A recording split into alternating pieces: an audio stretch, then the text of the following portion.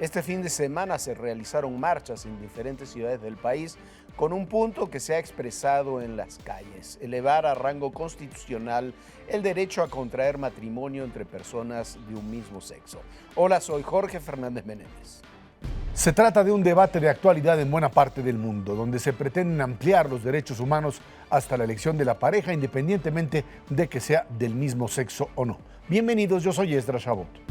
El punto está en que grupos radicales de derecha expresan que el matrimonio está concebido con la finalidad de la reproducción de la especie humana y reprueban por antinatural cualquier tipo de unión distinto a ello.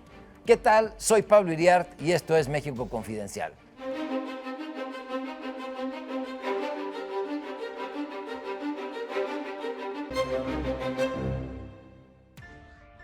Pues de pronto nos hemos visto envueltos, Jorge, Ezra, en una polarización que, si bien es parte del debate en un buen sector del mundo occidental en estos momentos por los matrimonios del mismo sexo, en México adquiere connotaciones especiales por nuestra historia, los conflictos cívico-religiosos, y ahora tenemos marchas de un lado, marchas de otro. Me parece que en lugar de ser una expresión de democracia en el país, que podría serlo, son un ingrediente de polarización con ribetes de peligro. Sí, por supuesto, y sabes que yo creo que es una discusión o un debate en buena medida, como se está dando, inútil, por lo menos en nuestro caso. ¿Por qué? Porque desde hace 1 año y 3 meses la Suprema Corte de Justicia de la Nación estableció que los matrimonios entre personas de un mismo sexo son legítimos, son constitucionales, y que la interpretación de que el matrimonio solamente puede ser entre un hombre y una mujer y con fines reproductivos no se atiene a la letra constitucional. Entonces, todo este debate que viene a partir de la iniciativa que se presentó el presidente, y que en realidad es una iniciativa para que el resto de los estados que no tienen legislación en ese sentido la tengan, es un debate absurdo. Parecería que se trata de una vieja discusión, decía Pablo, en términos históricos entre conservadores y liberales. Ya más allá del término legal, en donde ya lo decías, Jorge, está prácticamente resuelto y no puede haber marcha atrás, independientemente de la propia propuesta del presidente, congelada ahí en las cámaras, que puede en algún momento surgir. Aquí el problema es una discusión de fondo sobre hasta dónde se le pueden quitar a una persona los derechos para establecer, digamos, un contrato matrimonial. Un contrato que, pues, lo único que hace, y hay que irse a ese nivel, es garantizar los derechos de una pareja en un momento determinado. O sea, más allá de esta discusión de si reproducción sí o reproducción no, o que se le llame matrimonio o no matrimonio, y que esto puede ser pues motivo simplemente de una diferencia de nombre, el problema es muy claro. Uniones entre personas del mismo sexo requieren un marco legal que les permita tanto el tema adopción, porque se da legal o ilegalmente. O sea, es el mismo fenómeno que con el tema del aborto. Tú puedes establecer líneas morales de que estás en contra y puede ser muy válido. Si no hay, desde el punto de vista del Estado, una regulación, vas a caer primero en un acto de violar derechos individuales, sin duda alguna, de distintas personas, y segundo, generar un problema social ante la imposibilidad de brindar protección a gente que está legalmente en una línea que le permite tener y ejercer ese tipo de derechos, y de lo contrario empezaríamos a tener todo un sector marginal generando un problema social todavía mayor. Sí, el punto también está en lo que planteaba Jorge, y tú lo tocabas también, que ya estaba resuelto legalmente. Es decir, lo que hace la iniciativa presidencial es decir, no solamente para un puño de estados, para un grupo de estados de la República que ya han resuelto mediante los amparos y la denegación de los amparos y la aprobación de los amparos que se puedan casar personas del mismo sexo, sino que la Constitución garantice el derecho de las minorías a tener esta posibilidad que ni siquiera debería estar a discusión. No es materia del Estado decir si alguien quiere unirse en un contrato civil, porque eso es, en los términos jurídicos, un contrato civil de 2 personas para vivir juntos en algo que denominamos matrimonio. El punto está en que las iglesias, que tienen todo el derecho a expresarse, y todo el derecho a dar su opinión en contra, y quienes la siguen también, pues simplemente que no los casen.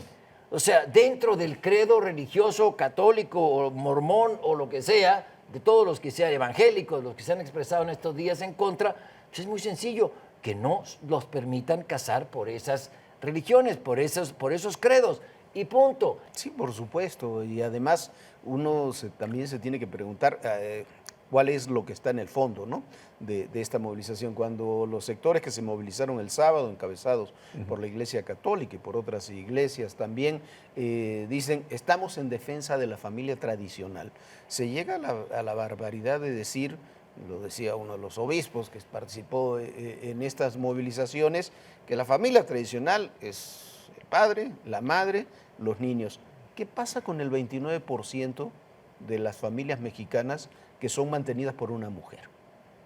Son sostenidas. Por un hombre 29% son, solito. pero 29% son También. mantenidas por una mujer. Eso no está dentro de la familia tradicional. ¿Eso va a ser retirado? La respuesta es, bueno, esa mujer tiene que lograr tener un hombre. Es una barbaridad. La familia tradicional es la familia, como tú dices, desde el punto de vista civil, que se une por un contrato, es un contrato civil, una decisión de vivir juntos, de compartir y legalizar esa relación y de compartir lo que tengan que compartir en términos económicos, legales. Eso es lo que se está defendiendo y lo que está sacando adelante esta ley.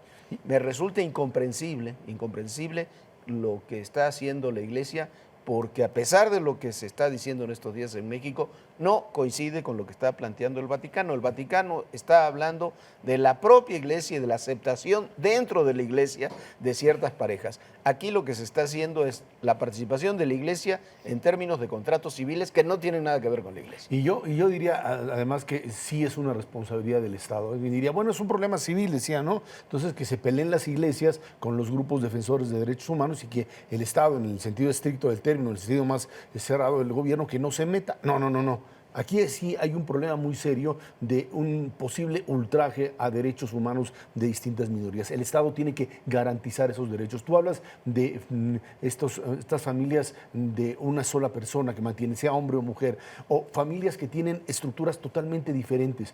Tiene que existir como responsabilidad del Estado un marco jurídico que regule el tema de la propiedad que se genere en esos matrimonios, el tema de un divorcio eventual, separaciones, el tema de los hijos, el tema de las herencias, de toda una serie de regulaciones que el Estado lo tiene que proveer, porque de lo contrario a lo que nos vamos a enfrentar es luego a problemas sociales derivados de abandonos, de acciones directas de una pareja contra otra o de una persona contra otra, que en el marco de este vacío legal se pueden generar problemas de un enorme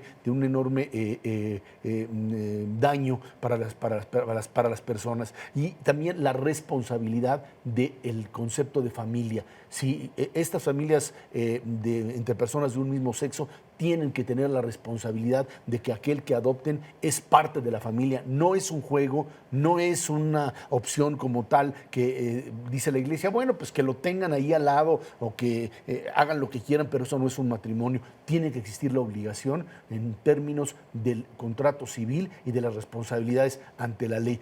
Todo lo otro es seguir jugando a la idea de que yo tengo la verdad y tú estás fuera de ella. Me preocupa en esto la intervención en estas marchas de las iglesias. No es solamente la Iglesia Católica, son diferentes iglesias que han estado agitando para movilizar. Creo que los que están en contra del matrimonio entre personas del mismo sexo, es decir, una idea más amplia de la familia, están en contra de eso, tienen todo el derecho a manifestarse. Es decir, son una expresión de la pluralidad y de la democracia que existe en el país.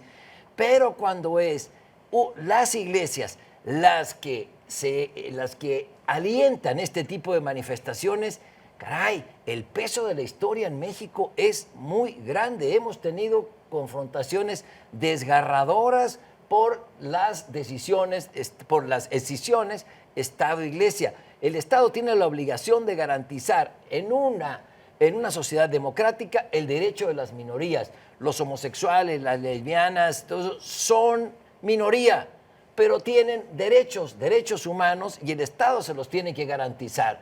y ante eso echar el peso de la iglesia, mover a las feligresías para lanzarse en contra de una decisión humanitaria, de una decisión política correcta que va con el transcurso de los tiempos, a mí me parece peligroso para un país como México. Es peligroso y es insensato. Porque mira, un muy querido amigo, por lo menos en lo personal, Diego Fernández de Ceballos, decía en estos días, declaraba que, bueno, son minorías, él está a favor de estas movilizaciones, está en contra de la legislación, decía, son minorías, entonces lo que hay que hacer es leyes específicas para minorías. Un abogado tan destacado como Diego no puede decir eso.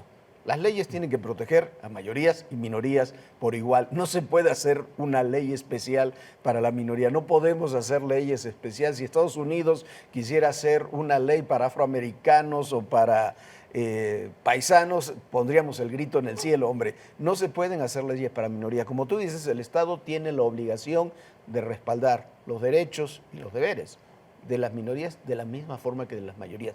Por eso es un Estado, por eso esa es su labor, precisamente de garantizar esos derechos de las minorías. Y creo que ese es el fondo del debate. Ese es el punto del central, Ese es el fondo claro. del debate. Aquí se está planteando abiertamente que la gente que no tiene las características de heterosexualidad tiene que ser tratada legalmente en un contexto distinto, y ahí está el problema. Es una violación al Estado de Derecho, a la igualdad, al derecho a tener un marco legal que me garantice mi posibilidad de regular una relación que como individuo decidí o decidió aquella persona manejarla, y que hay alguien que me dice, tú no puedes hacerlo.